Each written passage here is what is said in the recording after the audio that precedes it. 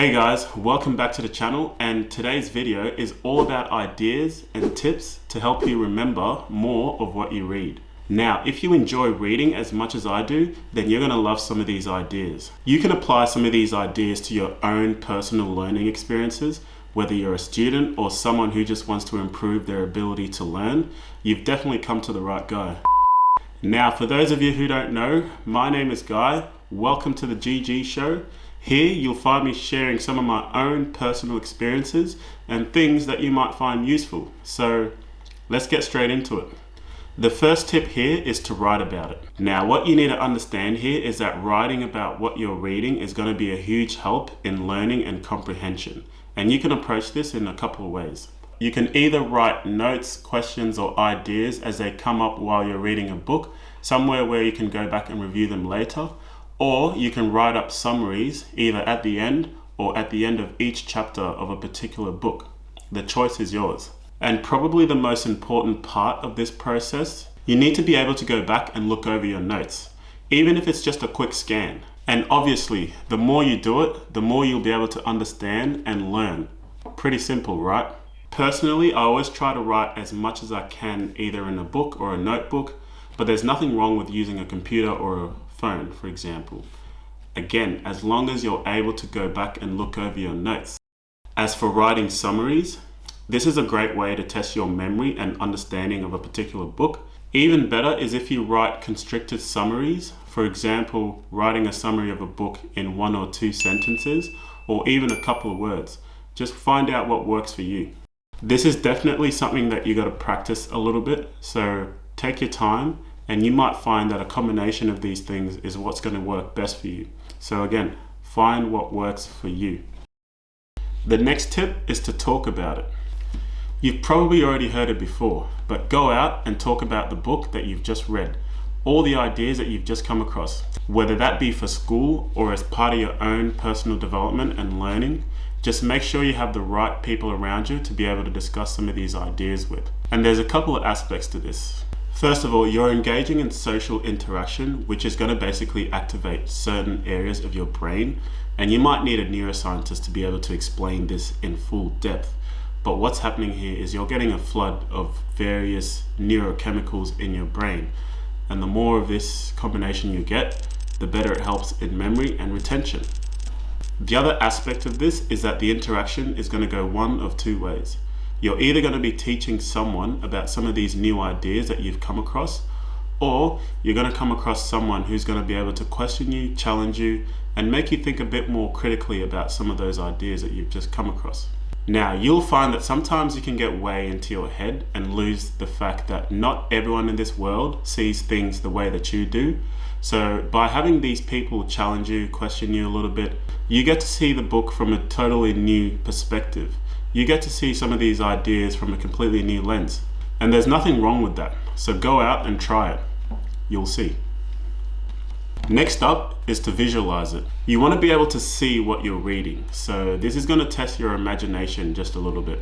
We know that visualization and imagery is the body's most preferred natural way of learning. And there's been a lot of studies on this. When compared with reading and listening, we generally remember about 80% of what we see. So what you want to do is incorporate that into your learning. So what does this look like in practice?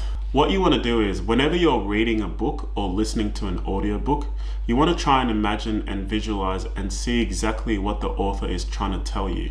And you might have to ask yourself a few questions as you're reading or listening through, like how it relates to any experiences you've had in your own life, past and present. Are there any aspects of the content that you can connect to certain parts of your life? Does it bring back or trigger any memories? Does it remind you of anything? And if reading or asking yourself these questions doesn't trigger anything, then you might have to get creative and use your imagination. The more outrageous and visual that you make it, the more likely that you're going to remember it.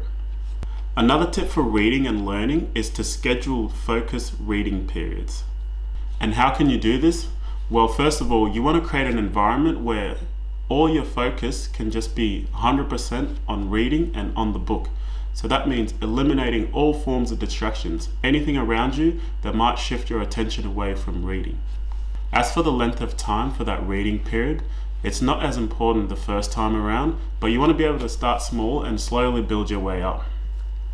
As long as you're able to remove any distractions and free yourself of any interruptions, you'll find that you'll be able to focus more on what you're reading. And there's something about being in flow or in the zone when it comes to learning and retention.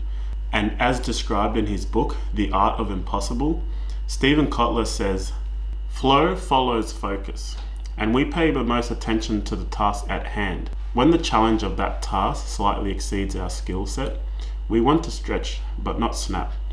When we are pushing on our talents and advancing our abilities, we are walking the path to mastery. And the brain notices. It rewards this effort with dopamine. And because dopamine enhances focus even more, this increases our chances of getting into flow, and the cycle continues." So maybe set a specific time limit. You might start with 10 minutes, 30 minutes, or even an hour, and remove all distractions or possible interruptions. For example, just putting your phone on silent or removing any unnecessary things in your environment. And you'll know exactly when you're in flow. Everything around you just simply won't matter. You'll actually start to enjoy the reading a little bit more, and you'll just simply lose track of time.